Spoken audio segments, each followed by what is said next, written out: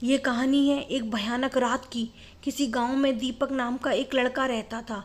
वे किसी काम से दिल्ली जा रहा था। ठंडी का दिन था। चारों तरफ से कोहरा छाया था। आमने सामने भी कुछ नहीं दिख रहा था। पूरे 12 घंटे के बाद वे दिल्ली पहुंचा था। रात बहुत हो गई थी, इसलिए वह एक होटल में रहने के लिए सोचा।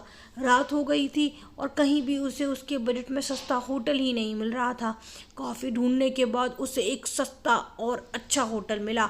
वह उस होटल में एक कमरा बुक करवाया और जब वह कमरे में गया तो देखा कि कमरे के चारों तरफ मकड़ी के जाले लगे थे। ऐसा लग रहा था कि ये कमरा काफ़ी सालों से बंद पड़ा था और कमरे के अंदर का माहौल एकदम डरावना और सुनसान लग रहा था। लेकिन उसने ये सब नज़रअंदाज कर दिया और होटल से खाना मंगवाया और खा पी कर सोने चल दिया। जब वह सो रहा था तो लगभग रात के 1 बजे के करीब उसे किसी की आवाज़ सुनाई दी। वे रात थी, एक भयानक रात।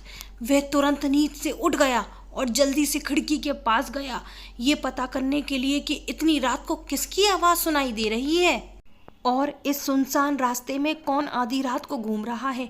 क्योंकि वहाँ होटल में दीपक और मैनेजर के अलावा कोई भी नहीं था, तो ये फिर किस औरत की आवाज़ सुनाई दे रही थी।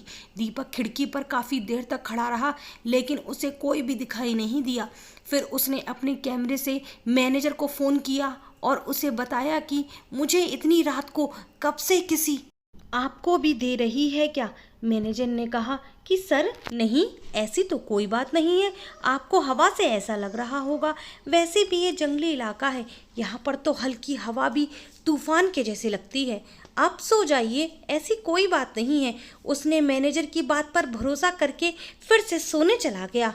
कुछ देर बाद उसे दोबारा वही आवाज़ पहले से भी ज़्यादा तेज सुनाई देने लगी।